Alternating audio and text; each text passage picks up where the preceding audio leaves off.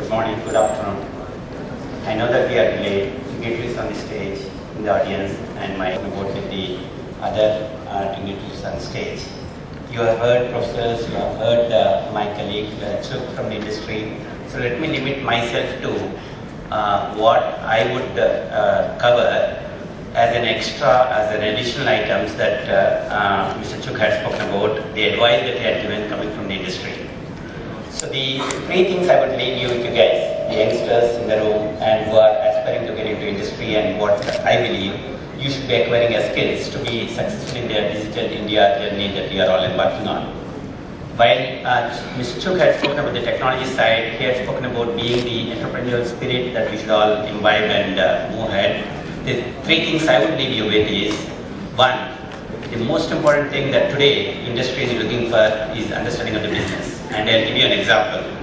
So there is this industry, leading industrial customer that I am working with, who has a problem where they were actually dealing with farmers, and the farmers are actually were actually getting a whole bunch of duplicate payments because there was no unique way to identify the farmers, right? So they were dealing with some 8,000 farmers who were supplying them apples as per the records. But it turns out that there are a whole bunch of farmers who were duplicate, but they were not able to find out a way to establish the duplicate records.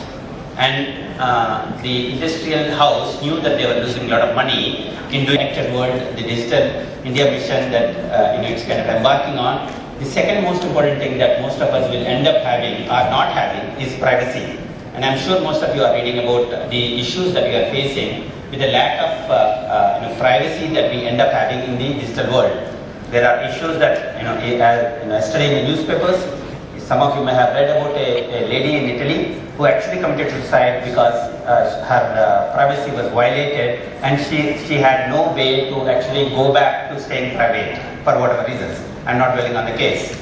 So the most important thing that I would like to leave you with in this is, as you go on in this journey, as you learn technology skills, please also build platforms that stay secure, that stay private, that allow our colleagues, our users who are using those platforms, who are using those technologies to stay private. The user experience that Professor Rao spoke about, add to the user experience the willingness, the readiness, the requirement to stay private for the whole generation, not just in India, and some of the solutions. A very important lesson I have learned from our previous generation, which we have kind of not necessarily followed very well in our generation, but I believe you as youngsters will follow, is the term called intergenerational equity, which is what are we inheriting as the equity from our preceding generation. As Mother Earth has given us enormous resources, what did we acquire from our predecessors? What are we utilizing it for? And how are we leaving the same amount of resources or better resources for the next generation? The key aspect here again is the information overflow we are going to get exposed to through the whole connected world that we are getting into, and the potential possibilities and sometimes unlimited possibilities that we potentially can explore, which may mean that our generation, your generation may end up actually utilizing the Earth's resources more than they should use, they would have used otherwise with lesser information for the next generation. So make sure that we actually acquire business skills.